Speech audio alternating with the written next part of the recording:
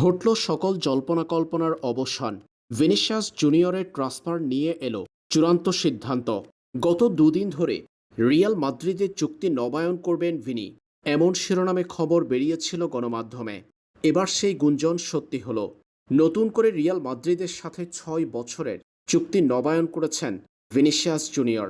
অর্থাৎ রিয়ালে আরও ৬ বছর থাকছেন তারকা এই ব্রাজিলিয়ান। আর এই চুক্তি নবায়নে বিশাল ভূমিকা পালন করেছেন রিয়াল মাদ্রিদের নতুন কোচ হোসে মরিনো।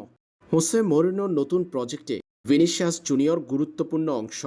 এদিকে ভিনিসিয়াস জুনিয়রও চেয়েছিলেন রিয়াল মাদ্রিদে থাকতে, তবে ২০২৭ সালের জুনে তার চুক্তির মেয়াদ শেষ হওয়ার কথা ছিল। আর এর মাঝে বেতন ইস্যুতে রিয়ালের সঙ্গে কিছুটা মতবিরোধের কারণে ভিনিসিয়াস জুনিয়রের ক্লাব ছাড়া নিয়ে গুঞ্জন শুরু হয়েছিল গণমাধ্যমে। শেষ পর্যন্ত সেই গুঞ্জনের অবসান ঘটল এবার। নতুন করে ৬ বছরের চুক্তিতে রিয়ালে থাকছেন ভিনি।